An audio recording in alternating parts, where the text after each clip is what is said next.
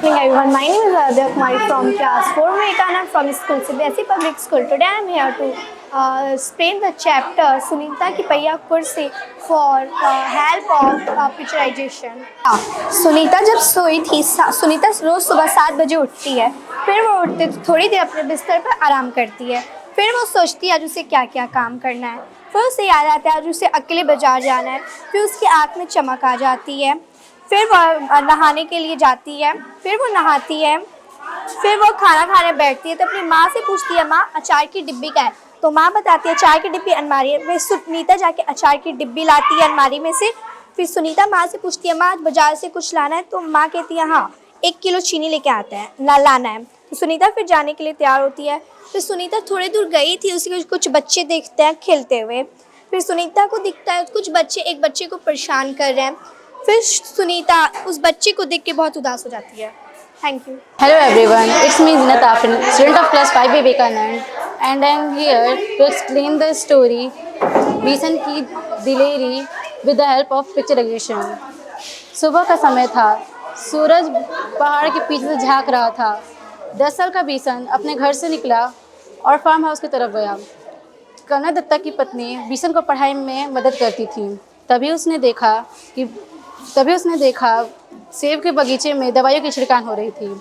वो जा ही रहा था, तभी उसको एक बंदूक की गोली की आवाज़ सुनाई दी। तो उसने देखा आसमान में चिड़िया मंडरा रही थी। वो डर के पेड़ के पीछे छिप गया। उसने देखा सामने बगीचे में किसान काम कर रहे थे। उसने ये भी देखा कि सुबह के समय फसल कैसे लहराते हैं। वो जा ही रहा था, तभी उसको एक फिर से गोली चलने की आवाज़ नहीं दी। इस बार 2-3 गोलियाँ चली थी। वो डर के बगीचे के किनारे वाले रास्ते से जा रहा था, तभी उसको एक घायल तीतर दिखी।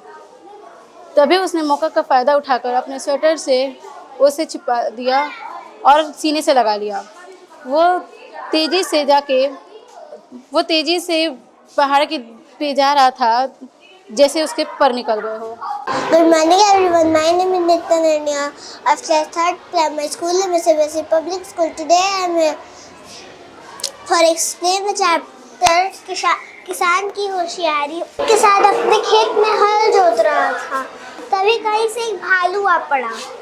किसान ने कहा मुझे क्यों मारते हो, फसल होने दो, जो कहोगे वो खिलाऊंगा। भालू ने कहा ठीक है।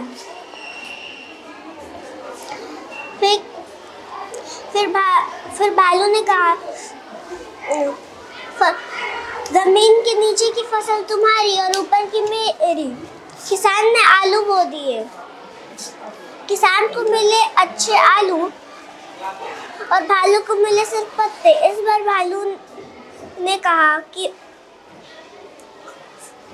जमीन की नीचे की फसल मेरी और ऊपर की तुम्हारी। इस बार किसान ने गेहूं बो दिए। किसान को मिले अच्छे ताजे गेहूं और भालू को मिले उसकी जड़ें। इस बार भालू ने सोचा कि किसान को पाठ पढ़ाया जाए। तो इस बार भालू ने कहा कि जमीन के सबसे नीचे की फसल मेरी और सबसे ऊपर की मेरी। तो किसान ने गन्ना बो दिया। किसान को मिले गन्ने, भालू को मिले सिर्फ पत्ते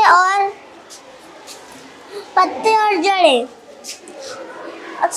फिर भालू ने सोचा कि अब तो माफ़ी मांग लेता हूँ।